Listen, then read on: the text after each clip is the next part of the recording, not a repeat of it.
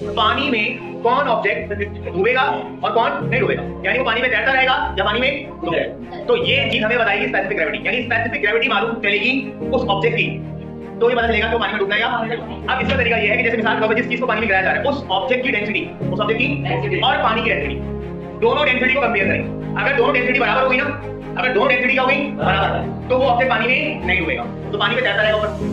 अगर उसकी डेंसिटी जो ऑब्जेक्ट है पानी से ज्यादा हो जाए, यानी वो पानी से भारी हो जाए, तो वो ऑब्जेक्ट क्या करेगा पानी में। अच्छा, आपने नाम सुना होगा आबदोस का, सबमरीन जो समंदर में होती है। अच्छा, वो समंदर के ऊपर भी चलती है, मतलब जहाज की तरह समंदर के अंदर भी चली जाती है। अच्छा, जब वो समंदर के ऊपर होती है तो उसके अंदर लगे हुए जो पानी के टैंक होते हैं ना, वो खाली हो, ताकि उस जहाज का वजन या उसकी डेंसिटी पानी की डेंसिटी से कम हो, ताकि वो ऊपर ही चलता रहे। अच्छा, अब कम होगी तो वो बिल्कुल समंदर में तैरेगा, जहां पानी के बराबर हो गई तो वो डूबेगा नहीं, ना बिल्कुल ऊपर होगा, मतलब इस तरह से होगा कि आधा पानी के अंदर, हां आधा पानी के अंदर आधा पानी के बाहर, ना डूब रहा है और ना बिल्कुल ऊपर चल रहा है। जहां डेंसिटी पानी से ज्यादा होगी तो उसके लिए हम उसके टैंक को पानी से भरते हैं, मतलब समंदर के पानी टैंक में आ जाता है, जहां टैंक भर गया वहां डूब जाएगा, उसकी डेंसिटी बढ़ गई, भारी हो गया तो वो नीचे आ जाएगा। तो ये चीज होती है स्पेसिफिक ग्रेविटी। मान ले पानी की डेंसिटी कितनी होगी 1000, ठीक है। अच्छा, अब अगर ये कैप पानी में डूबेगा या नहीं डूबेगा, तो ये चीज कौन बनाएगा, इसकी क्या चीज बनाएगी, स्पेसिफिक ग्रेविटी। ठीक है, याद है ratio of density of substance, ये सब्सटेंस है, इसकी डेंसिटी और इसकी डेंसिटी, डेंसिटी ऑफ पानी में, इन्हें कंपेयर करेंगे तो दो चीजें मिलेंगी, बोलेंगे स्पेसिफिक ग्रेविटी। अब फॉर्मूला समझो, डेंसिटी ऑफ सब्सटेंस, मान लो इसकी डेंसिटी है 800 और पानी की डेंसिटी कितनी बनाई मैंने